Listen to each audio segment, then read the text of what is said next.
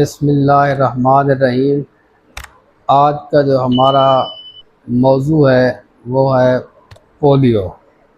जैसा कि आप सब लोग जानते हैं कि पोलियो एक ऐसी बीमारी है जो खुदा न खास्ता अगर हो जाए तो ये बंदे को माजूरी की तरफ लेके जाती है।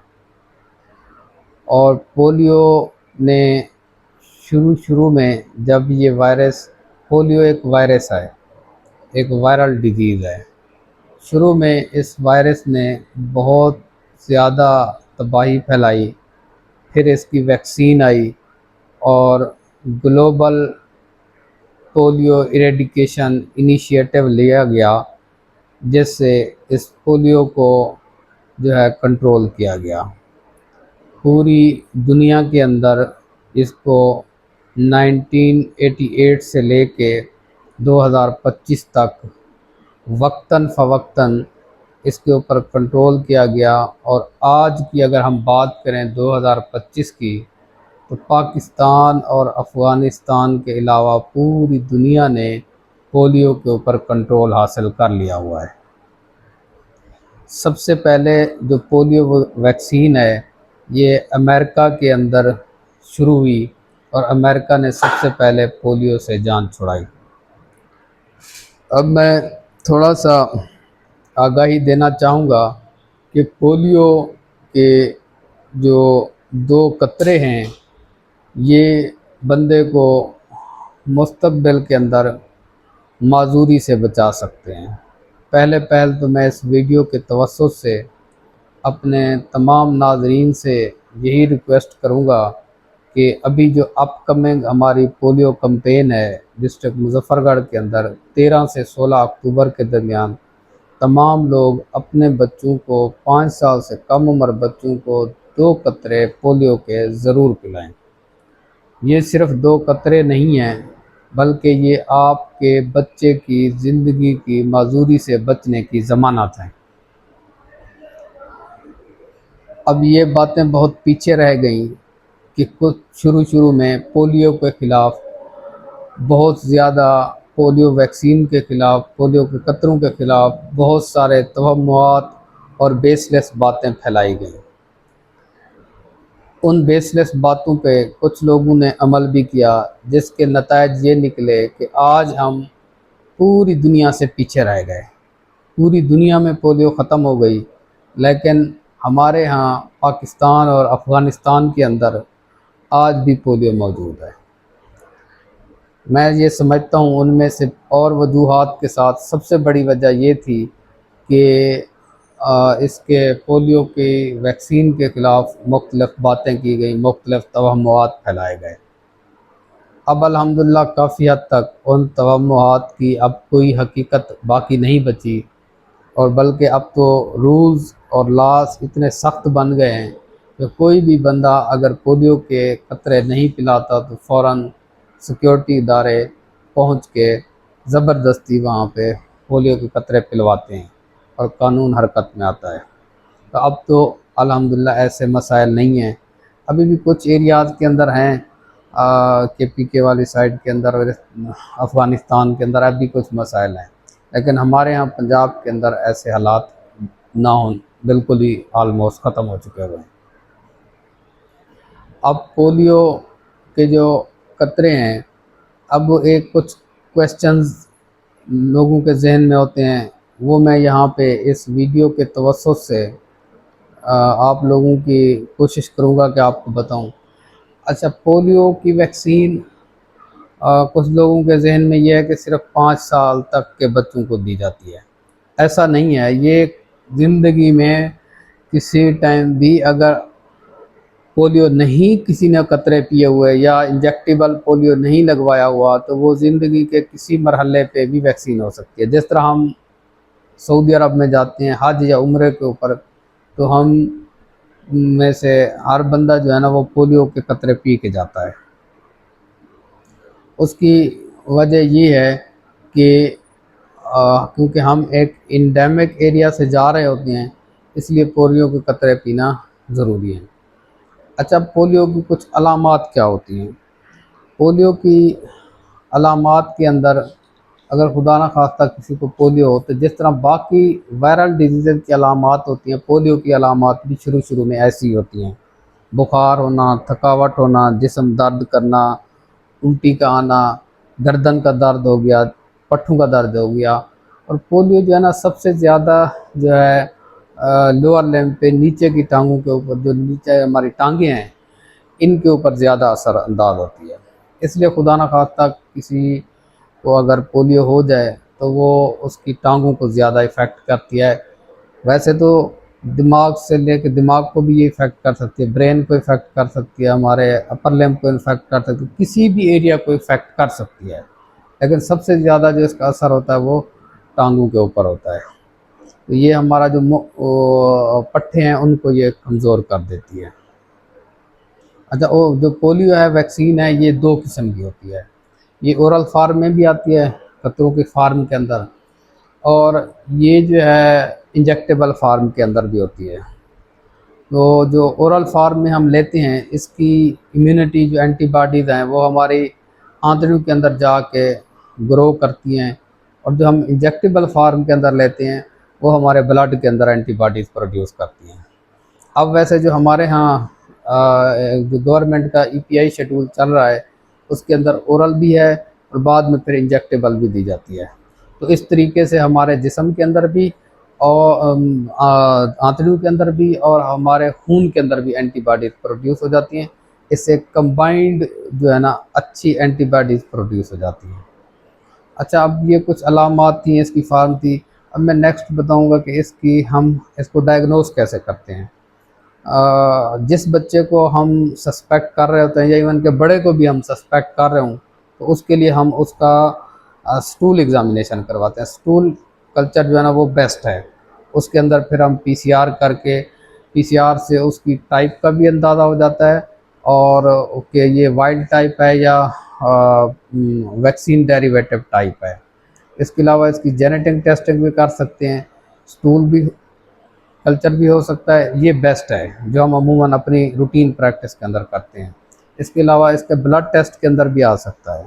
ब्लड टेस्ट के अंदर ब्लड टेस्ट करेंगे तो उसके अंदर भी एंटीबायोटिक हमें जो है ना मिल सकती हैं।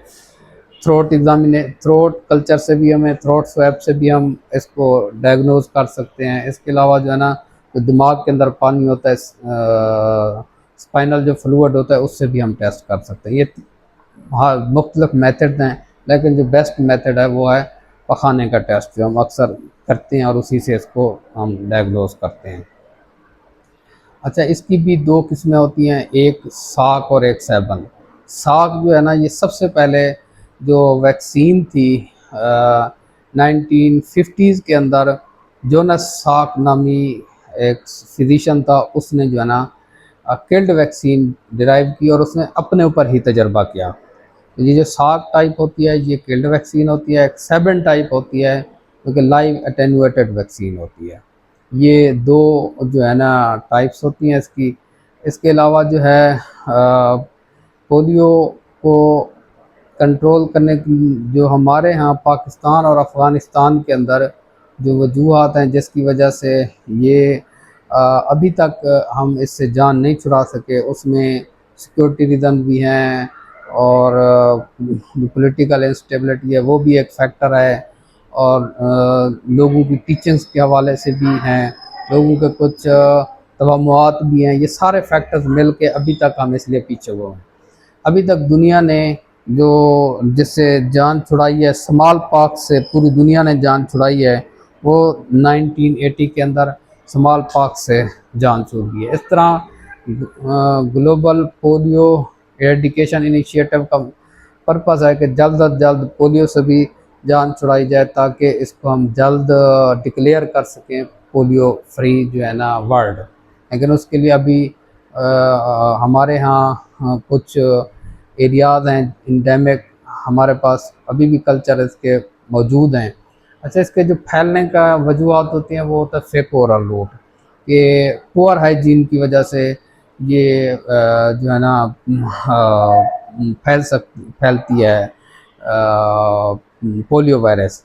तो इसका जो कंटेक्ट है डायरेक्ट कंटेक्ट उससे ये फैलती है और ये फिर रेप्लिकेट करती है और हमारे जो है ना उसको इफ़ेक्ट करती है। अच्छा, पोलियो वायरस जो है, अगर अलामात जो इसकी होती हैं वो ऑलमोस्ट 1:200 की रेशियो है कि 200 को इफ़ेक्ट करे तो एक उसमें पर्सन के अंदर ये इसकी अलामात आती हैं। तो पोलियो से बचाव के लिए इसका वाहिद इसकी जब ये पोलियो हो जाए इसका कोई इलाज नहीं है, फिर इसका सिम्टोमेटिक इलाज है। इसकी सबसे बड़ी जो है वो है प्रिवेंशन, परहेज़ इलाज से बेहतर है। इसको हम परहेज़ से, वैक्सीन से तो बचा सकते हैं, लेकिन अगर खुदा न खास्ता एक दफ़ा ये हो जाए उसका फिर कोई ट्रीटमेंट नहीं है। अच्छा, एक क्वेश्चन ये है कि अगर खुदा न खास्ता किसी बंदे ने अपने बचपन में नहीं ली और लड़कपन में और जवानी में भी नहीं ली वैक्सीन, तो वो ओल्ड एज में या 30s 40s के अंदर भी वो ले सकता है? तो हाँ, बिल्कुल ले सकता है। ये किसी एज पे भी, अगर किसी एज पे इसका नहीं पहले ली हुई पोलियो वैक्सीन, ये किसी एज पे भी ली जा सकती है। और इस एडल्ट एज के अंदर ज़्यादातर इंजेक्टेबल पोलियो जो है ना वो प्रेफर है ओरल की निस्बत। अच्छा, अभी एक क्वेश्चन है कि अगर किसी बच्चे को 2 से ज़्यादा कतरे पिलाए जाएँ तो उसका कोई नुकसान? बिल्कुल हरगिज़ कोई नुकसान नहीं है। 2 कतरे रिकमेंडेड हैं। इसके 2 फ़ायदे होते हैं, अगर इस क्योंकि 2 से इम्यूनिटी डेवलप हो जाती है। अगर इससे ज़्यादा पिलाएंगे तो बच्चे के अंदर डायरिया के चांसेस हैं, वो भी मतलब कंट्रोवर्शियल सी बात है। और दूसरा ये कि हमारे रिसोर्सेज ज़ाय होंगे। जब 2 कतरों से ही गुजारा हो रहा है तो फिर ज़्यादा कतरे पिलाने का कोई फ़ायदा नहीं है, इसलिए 2 कतरे जो है ना वो रिकमेंडेड होते हैं। ये एक और थोड़ी सी क्वेश्चन था। मैं कोशिश ये कर रहा हूँ कि इस वीडियो में वो सारे, इवन कि अगर इसको मेडिकल स्टूडेंट देखें या डॉक्टर्स देखें या हमारे जो हेल्थ प्रोफेशनल देखें, उनको भी इससे, इस वीडियो से फ़ायदा हो। क्वेश्चंस जो अमूमन जहन में आते हैं वो मैं कोशिश कर रहा हूँ क्वेश्चन और आंसर साथ साथ देने की कोशिश कर रहा हूँ। और जो एक आम पब्लिक के लिए, जो हमारी कम्युनिटी के लिए, जो हमारे लोगों के लिए मैसेज है वो ये है कि आप इस कैंपेन के अंदर बढ़ चढ़ के हिस्सा लें। आप अपने बच्चों को भी पिलाएं और जो अमला आपके पास आ रहा है उनको फैसिलिटेट करें, ताकि किसी का बच्चा भी जो है ना इस कैंपेन के अंदर ना रहे।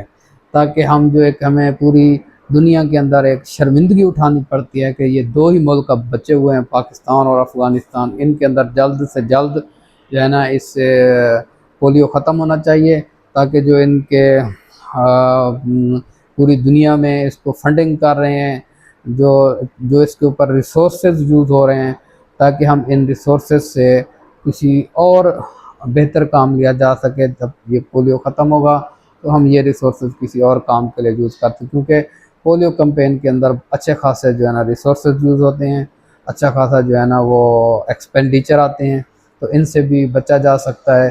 तो मेरे ख़्याल में हाँ, अगर किसी बच्चे को पोलियो हो गया है फिर उसका क्या इलाज है, क्योंकि उसका ट्रीटमेंट तो कोई नहीं है। हाँ, अलबत्ता उसकी जो सपोर्टिव ट्रीटमेंट है वो दी जा सकती है।